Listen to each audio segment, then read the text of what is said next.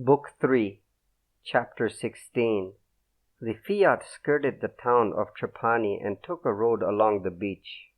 Michael Corleone and Stefan Andolini came to a villa, larger than most, with 3 outlying houses. There was a wall around the villa with only a gap left on the beach side. The gate to the villa was guarded by 2 men, and just inside Michael could see a wide, fat man dressed in clothes that looked alien in this landscape. A sport jacket and slacks with an open knit polo shirt. As they waited for the gate to open, Michael saw the grin on the man's broad face and was astonished to see it was Peter Clemenza. Clemenza was the chief underling of Michael Corleone's father back in America. What was he doing here? Michael had seen him that fatal night when Clemenza had planted the gun he had used to assassinate the police captain and the Turk, Sollazzo. He had remembered the look of pity and sadness on Clemenza's face at that moment over 2 years ago. Now Clemenza was genuinely overjoyed to see Michael. He pulled him out of the tiny Fiat and almost crushed him in a bear hug. "Michael, it's great to see you. I've been waiting for years to tell you how proud I am of you. What a great job you did. And now all your troubles are over. In a week you'll be with the family. There will be a great feast. Everybody's waiting for you, Mikey." He stared into Michael's face fondly while holding him within his 2 massive arms, and as he did so he made an assessment. This was no longer just a young war hero. During his time in Sicily, the boy had grown into a man. That is to say, Michael's face was no longer open. It had the proud, closed look of the born Sicilian. Michael was ready to take his rightful place in the family. Michael was happy to see Clemenza's huge, bulky form, his broad, heavily featured face. He asked for news of his family. His father had recovered from the assassination attempt, but his health was not good. Clemenza shook his head mournfully. "It never does anybody any good when they get holes punched into their body, no matter how good they recover. But it's not the first time your father was shot. He's like an ox. He'll be okay. Sonny getting killed, that's what did the damage to him and your mother. It was brutal, Mikey. They cut him to pieces with machine guns. That wasn't right. They didn't have to do that. That was spite work. But we're making plans. Your father will tell you when you get home. Everybody is happy you're coming back." Stefan Andolini nodded to Clemenza. They obviously had met before. He shook hands with Michael and said he had to leave. There were things he had to do back in Montelepre. "Remember this, whatever you may hear," he said, "that I always remained faithful to Turi Giuliano and that he trusted me to the end. If he is betrayed, it is not I who will have betrayed him." He stuttered with sincerity. "And I will not betray you."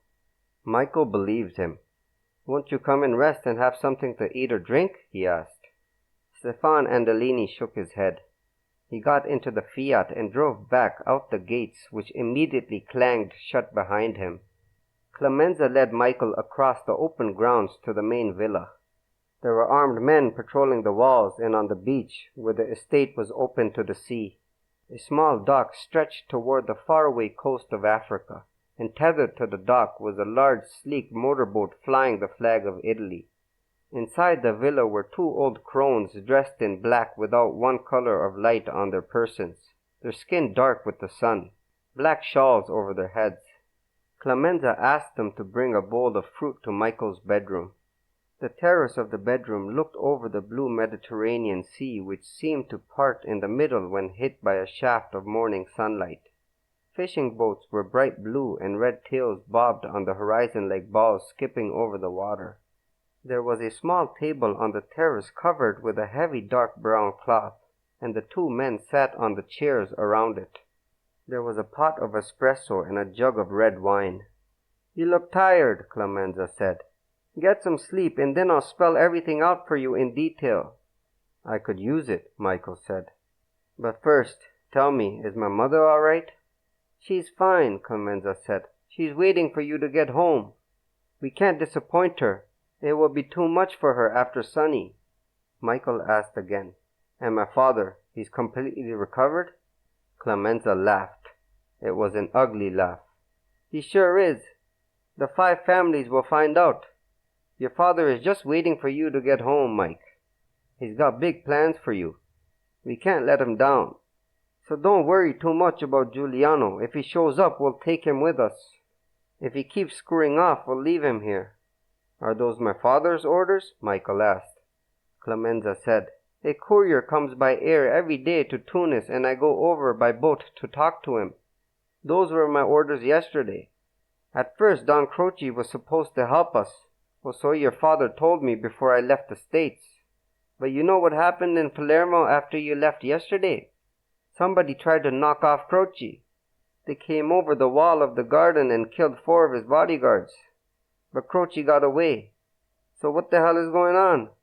Michael said, Jesus. He remembered the precautions Don Croce had taken around the hotel. I think it was our friend Giuliano. I hope you and my father know what you're doing.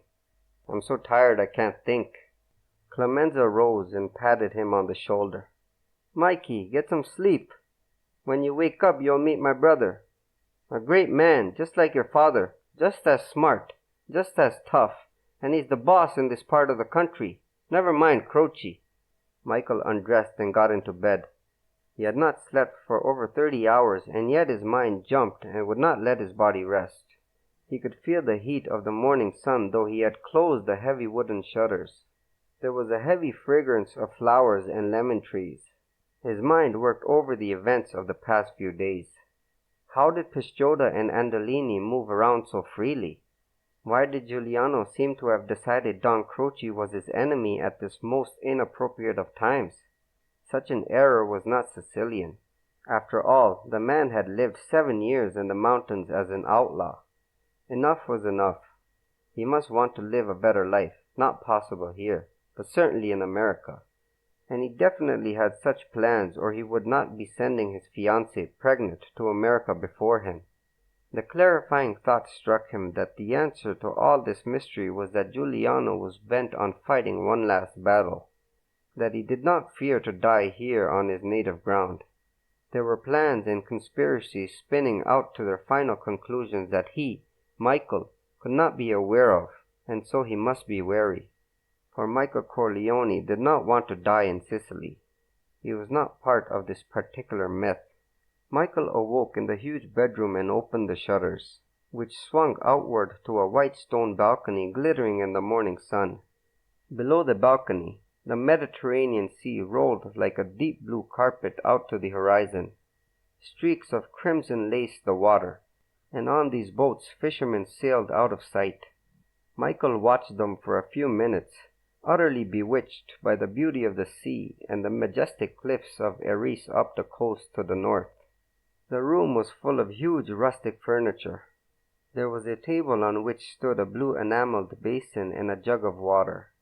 Over a chair there was a rough brown towel. On the walls were paintings of saints and the Virgin Mary, with the infant Jesus in her arms. Michael washed his face and then left the room. At the bottom of the stairs, Peter Clemenza was waiting for him. "Ah, now you look better, Mikey," Clemenza said. "A good meal to give you back your strength, and then we can talk business."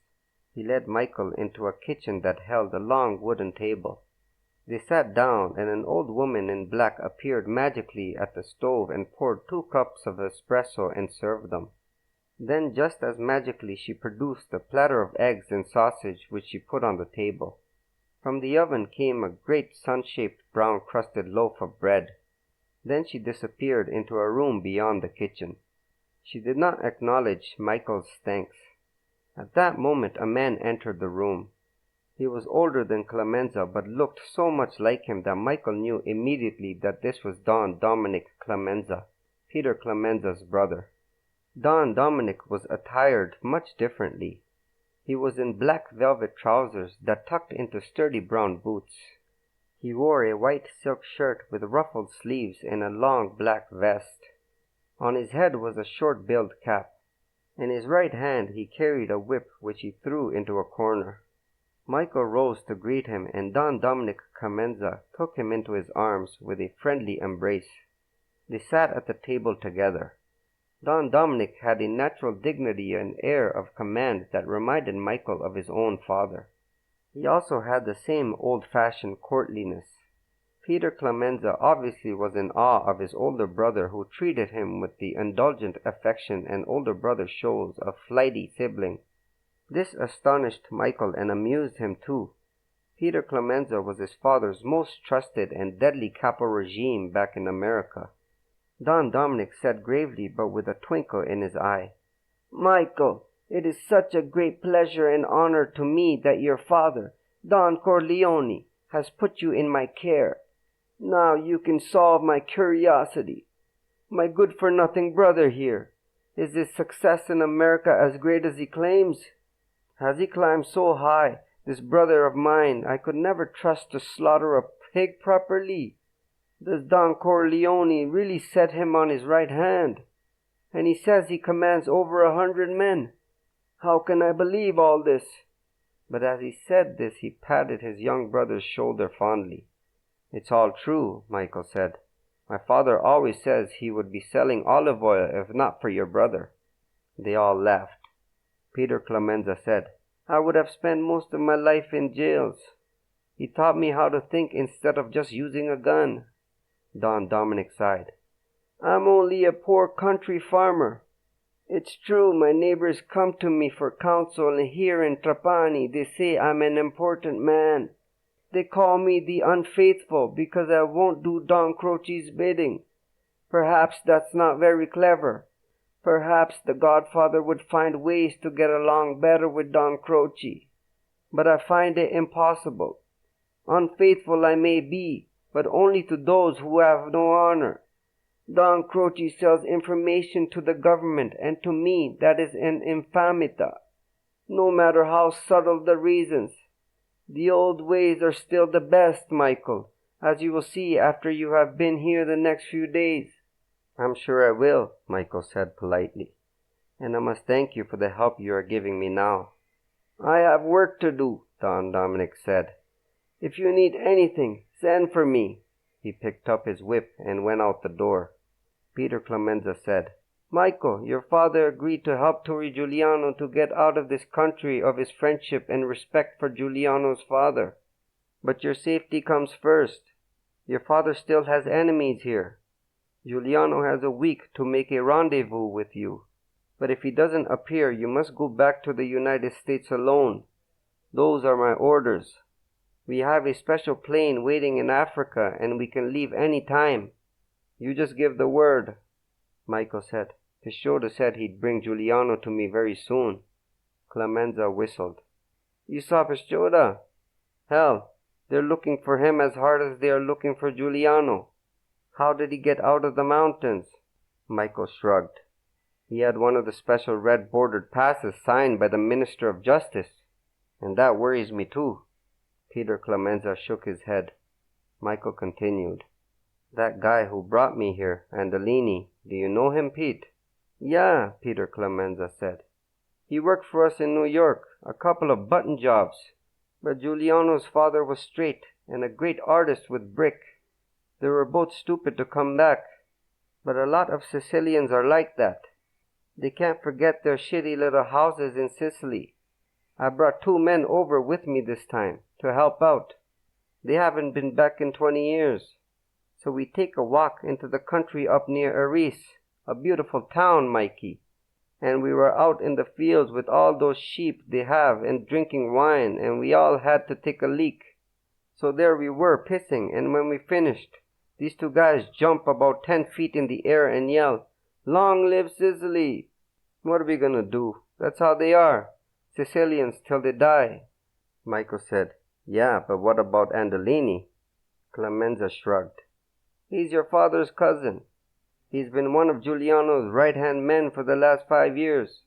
But before that he was close with Don Croce. Who knows? He's dangerous." Michael said, "Andolini is bringing Giuliano's fiancée here. She's pregnant. We have to ship her to the States, and she sends back a code word to Giuliano saying that the route works, and then Giuliano comes to us. I promised we'd do it. Is that okay?" Clemenza whistled. "I never heard Giuliano had a girl." Sure, we can do it. They went outside to a huge garden. Michael could see guards at the gate, and down at the beach at least 6 armed men strolling up and down. There was a large motorboat docked against a short pier. In the garden itself was a group of men obviously waiting for an audience with Peter Clemenza. There were about 20 of them, all typical Sicilians with their dusty clothes and brimmed caps, like poorer versions of Don Dominic. In a corner of the garden, beneath a lemon tree, was an oval wooden table with rustic wooden chairs around it. Clemenza and Michael sat in 2 of the chairs, and then Clemenza called out to the group of men. One of them came over and sat down. Clemenza asked questions about the man's personal life. Was he married? Did he have children? How long had he worked for Don Dominic? Who were his relatives in Trapani? Did he ever think of going to America to make his fortune? The answer to this last question was invariably a yes. An old woman in black brought out a huge jug of wine mixed with fresh lemons, then brought out a tray of many glasses. Clemenza offered each man he interviewed a drink and a cigarette.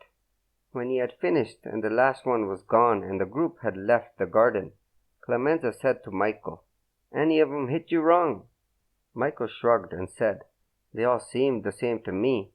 They all want to go to America." Clemenza said, "We need fresh blood back home. We lost a lot of men and we might lose a lot more. Every 5 years or so I come home and bring about 12 guys back with me. I train them myself. Little jobs first, collections, strong arm, guard duty. I test their loyalty. When I feel the time is right and the opportunity comes along, I give them a chance to make their bones.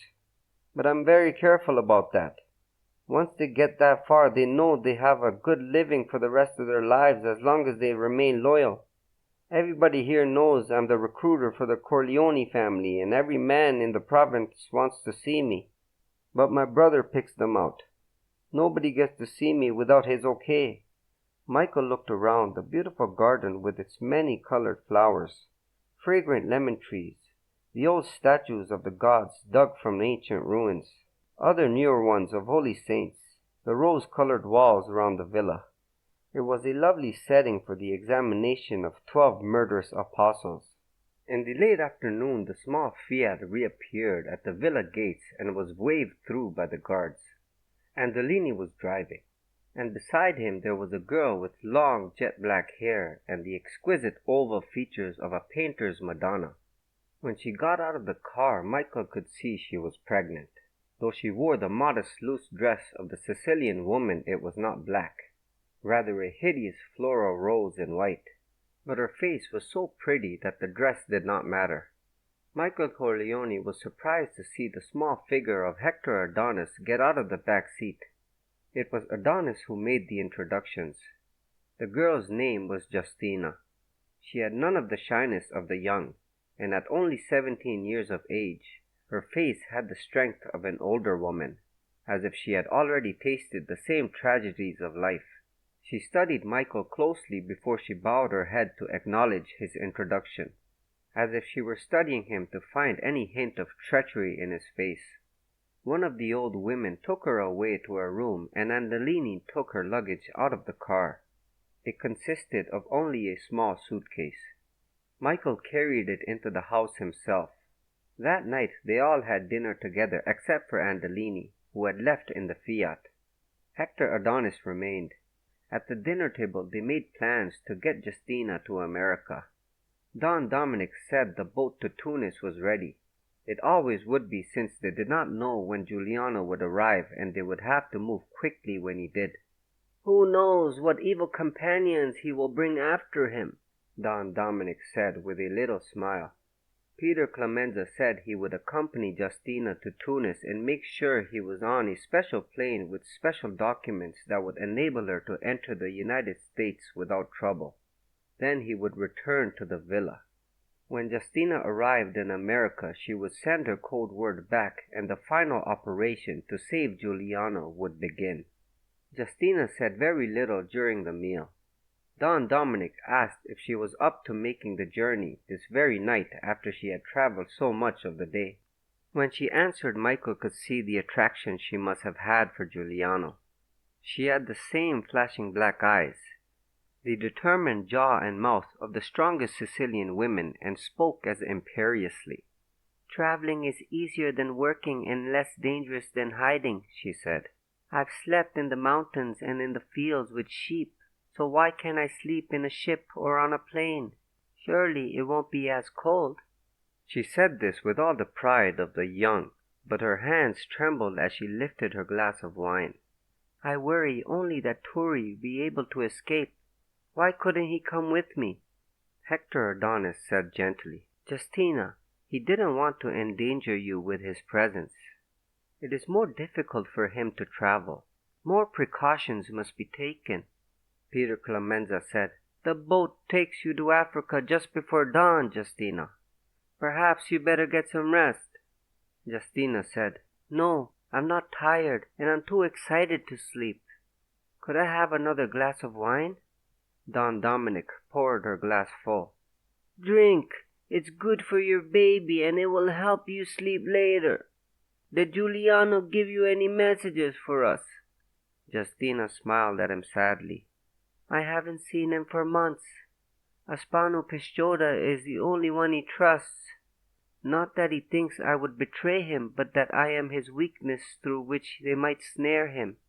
It's from his reading all those romances where the love of women brings about the downfall of heroes. He thinks his love for me his most terrible weakness, and of course he never tells me his plans." Michael was curious to find out more about Giuliano, the man he might have been if his father had remained in Sicily, the man's son he might have been. "How did you meet Turi?" he asked Justina. She laughed. "I fell in love with him when I was 11 years old," she said. "That was almost 7 years ago, and the first year that Turi was an outlaw, but he was already famous in our little village in Sicily. My younger brother and I were working in the fields with my father, and Papa gave me a packet of lira notes to bring back to my mother. We were so excited at having that much money in our hands. 2 carabinieri saw us on the road and took away our money and laughed at us when we cried. We didn't know what to do. We were afraid to go home, and we were afraid to go back to our father. Then this young man came out of the bushes. He was taller than most men in Sicily and much broader in the shoulders. He looked like the American soldiers we had seen during the war. He carried a machine gun under his arm, yet he had such gentle brown eyes. He was very handsome. He asked us, 'Children, why are you crying on such a wonderful day? And you, young lady, you're ruining your beautiful looks. Who will want to marry you?' But he was laughing, and you could see that the sight of us delighted him for some reason. We told him what had happened, and he laughed again and said we must always beware of the carabinieri, and that this was a good lesson for us to learn so early in life. Then he gave my brother a huge wad of lira to bring home to our mother, and to me he gave a note for my father. I can still remember it word for word. It said, 'Don't reproach your 2 beautiful children who will be the pleasure and comfort of your old age. The money I have given them is far greater than you have lost. And know this, from today on, you and your children are under the protection of Giuliano.' I thought that name was so beautiful, and he had written it in large letters. I saw that name in my dreams for months. Just those letters, Giuliano. But what made me love him was the pleasure he received in doing a good deed. He was really delighted to help someone else. That never changed. I always saw the same pleasure, as if he gained more from the giving than they did from the taking. That is why the people of Sicily love him," Hector Adonis said quietly, "until the Portella della Ginestra." Justina lowered her eyes and said fiercely, "They love him still." Michael said quickly, "But how did you meet him again?" Justina said, "My older brother was a friend of his, and maybe my father was a member of the band. I don't know. Only my family and Turi's chiefs know we were married. Turi swore everybody to secrecy. afraid the authorities would arrest me." Everybody at the table was stunned at this news. Justina reached inside her dress and drew out a small purse. From it she took out a cream-colored stiff paper document with a heavy seal and offered it to Michael, but Hector Adonis took it and read it. Then he smiled at her. "You will be in America tomorrow. Can I tell Tori's parents the good news?" Justina blushed. "They always thought I was pregnant without being married," she said. "They thought less of me for it." "Yes, you can tell them," Michael said. "Have you ever seen or read the testament that Tori has hidden?" Justina shook her head. "No," she said. "Tori never spoke of it to me." Don Dominic's face had gone wintry, but he also looked curious. He had heard about the testament, Michael thought, but didn't approve of it. How many people did know? Certainly not the people of Sicily. Only members of the government in Rome, Don Croce, and Giuliano's family and his inner circle of outlaws. Hector Adonis said, "Don Dominic, may I ask to be your guest until word arrives from America that Justina is safely there? Then I can arrange for Giuliano to receive the news. It should be for no more than an extra night," Don Dominic said with blunt forcefulness. "You will do me an honor, my dear professor. Stay as long as you like. But now it's time for us all to go to bed. Our young signora must get some sleep for her long journey, and I am too old to stay up so late. Avanti!" And he made a shooing gesture like a great affectionate bird, to send them on their way. He personally took Hector Adonis by the arm and led him to a bedroom, shouting orders to the women servants to take care of the rest of his guests. When Michael rose the next morning, Justina was gone. Hector Adonis had to sleep over for 2 nights before the courier letter came from Justina that she was safely in America.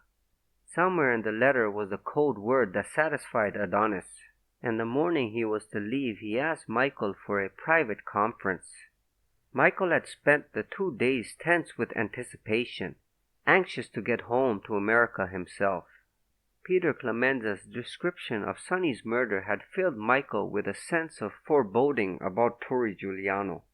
In his mind, the 2 men were growing intertwined. They looked somewhat alike, and they both had the same sense of physical vitality and power. Giuliano was only Michael's age, and Michael was intrigued by the man's fame.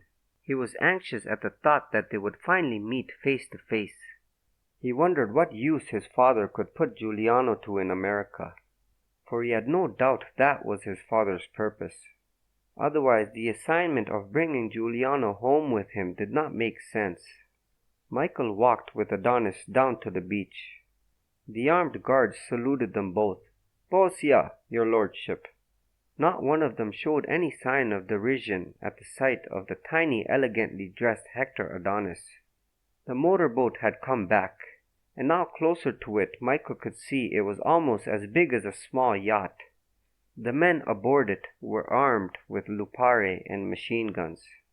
The July sun was very hot, and the sea so blue and so still that the sun reflected off it as if it were metal. Michael and Hector Adonis sat on 2 chairs on the pier. "Before I leave this morning, I have a final instruction for you," Hector Adonis said quietly.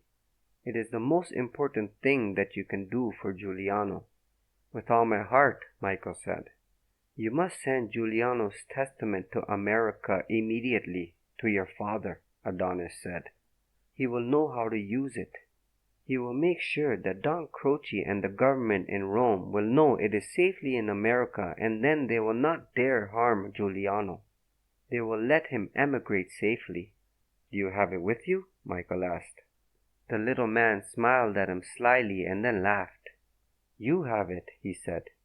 Michael was astonished. "You have misinformed me," he said. "No one has given it to me." "Yes, they have," Hector Adonis said. He put a friendly hand on Michael's arm, and Michael noticed how small and dainty his fingers were, like a child's. "Maria Lombardo, Giuliano's mother, gave it to you. Only she and myself know where it is. Not even Pisciotta knows." He saw Michael's uncomprehending look. "It's in the Black Madonna," Hector Adonis said. "It's true the Madonna has been in the family for generations and is valuable. Everybody knows about it. But Giuliano was given a replica. It is hollow. The testament is written on a very thin paper and each sheet has Giuliano's signature. I helped him compose it over the last few years. There are also some incriminating documents. Turi always knew what the end might be and wanted to be prepared. For a young man, he has a great sense of strategy." Michael laughed. "And his mother is a great actress." "All Sicilians are," Hector Adonis said. "We trust no one and dissemble before everyone. Giuliano's father is certainly trustworthy, but he might be indiscreet. Pisciotta has been Giuliano's truest friend since their childhood. Stefan Andolini has saved Giuliano's life in battle with the Carabinieri, but men change with time or under torture, so it's best they do not know." "But he trusted you," Michael said. "I am blessed," Hector Adonis said simply. "But you see how clever Giuliano can be?